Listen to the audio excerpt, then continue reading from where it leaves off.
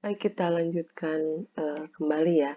Nah, setelah mengisi data di bagian atas, barulah kita mengisi data terkait dengan kemunculan ESO-nya ya. Nah, yang perlu kita isi yang pertama di sini adalah bentuk atau manifestasi efek samping obat yang terjadi pada pasien.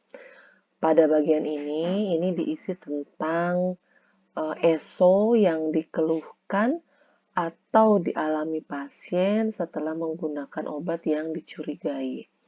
Nah, bentuk atau manifestasi ESO ini bisa dinyatakan dengan deskripsi ya atau mungkin diagnosa dokter itu juga bisa kita. Maksudnya bukan diagnosa penyakit utama ya, tapi hasil pemeriksaan dokter menyatakan ESO-nya seperti apa. Bisa juga kita narasikan misalnya sesuai dengan keluhan pasien ya. Misalnya adanya bintik kemerahan, gitu ya. Bintik kemerahan di sekujur tubuh misalnya, di sekujur tubuh, gitu ya. Atau bengkak pada kelopak mata dan lain-lain ya. Sesuai dengan manifestasi ESO yang terjadi atau yang dikeluhkan oleh pasien. Nah, kemudian saat atau tanggal mula terjadi ini diisi dengan tanggal awal terjadinya ESO ya atau juga bisa jarak interval waktu antara pertama kali obat itu diminum atau digunakan sampai dengan munculnya ESO ya. Jadi bisa tanggal kejadian ESO-nya atau bisa kalau lupa tanggal jarak atau intervalnya kapan sih ESO itu muncul dan kapan obat tersebut digunakan. Nah, kemudian kesudahan ESO ya, hati-hati tadi ada kesudahan penyakit utamanya, kalau ini kesudahan ESO yang munculnya ya. Ini diisi dengan informasi mengenai kesudahan atau outcome dari ESO yang dialami pasien ya, sampai pada saat laporan ini dibuat. Artinya ketika laporan ini dibuat, apakah ESO yang muncul pada pasien ini sudah sembuh ya, atau pasiennya meninggal, atau sembuh dengan gejala sisa, belum sembuh atau kita tidak tahu, gitu ya. Nah, kita pilih ya dengan memberikan tanda silang ya, sama seperti atas sebetulnya, sama seperti yang ini ya.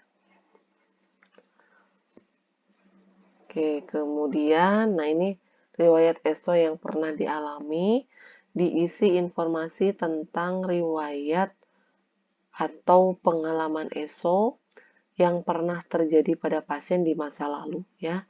Baik yang disebabkan karena obat yang sama, ataupun bukan karena obat yang sama, atau uh, intinya ada riwayat alergi, ya, terlepas dari obat yang sama atau obat yang berbeda. Ya, dan ini harus sama dinarasikan.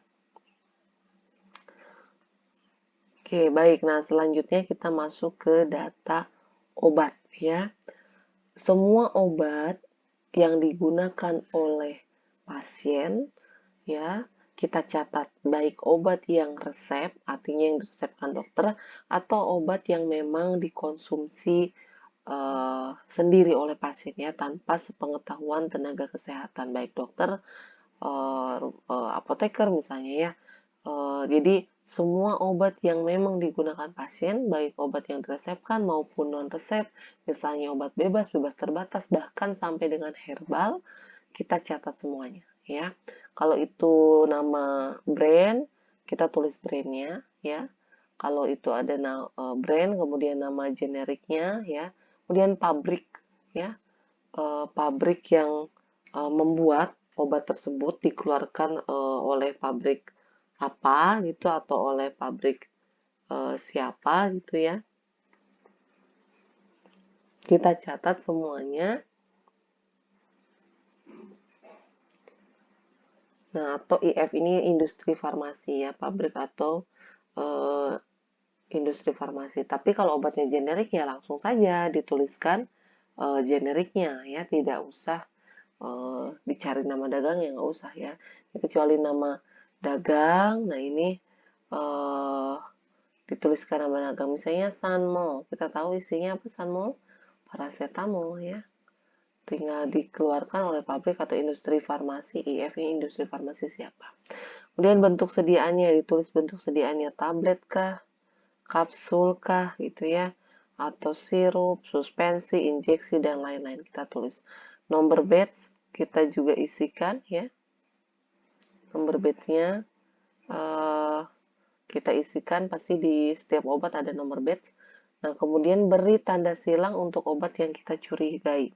Jadi tenaga kesehatan menuliskan tanda silang pada kolom obat yang kita curigai. Misalnya ada obat A, B, C, D gitu ya. Kita beritakan tanda silang. Obat mana sih yang kita curigai menimbulkan ESO pada pasien ya. Nah, sesuai dengan informasi produk atau pengetahuan dan pengalaman yang tenaga kesehatan miliki atau yang kita miliki ya. Maksudnya sesuai dengan informasi produk, kan setiap obat itu pasti ada brosurnya ya. Ada etiket gitu, bukan etiket ya, brosur ya. Ada brosur obat, di dalam brosur itu pasti ada nama nama kandungannya ya, termasuk profil efek sampingnya. Nah, apakah di sana memuat informasi efek samping tersebut? Nah, apakah efek samping yang terjadi pada pasien sama dengan informasi yang termuat di dalam brosur? Nah, kita bisa berikan tanda silang. Misalnya obat B. Oh, ini besar kemungkinan karena obat B ya, kita berikan tanda silang ya.